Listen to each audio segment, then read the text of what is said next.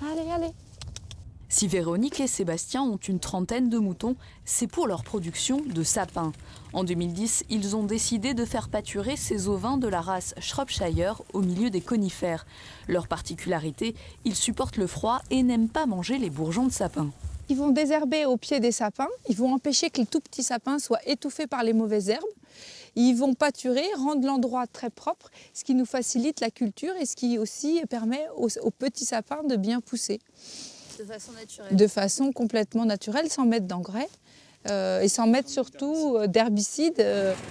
Produire moins mais mieux, c'est la philosophie de Véronique et Sébastien qui gèrent tout, de la production à la vente en passant par l'emballage.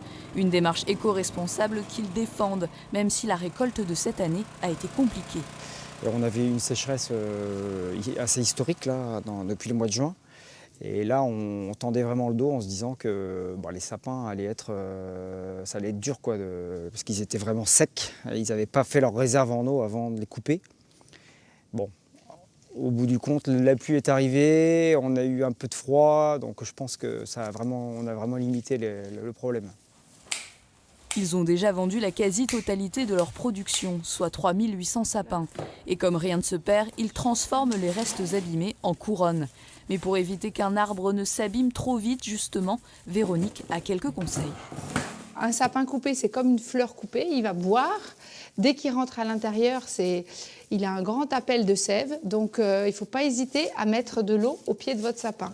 Et veillez à mettre l'arbre dans une pièce à 19 degrés sans l'approcher de la cheminée, même si profiter d'un sapin au coin du feu, c'est aussi ça, l'esprit de Noël.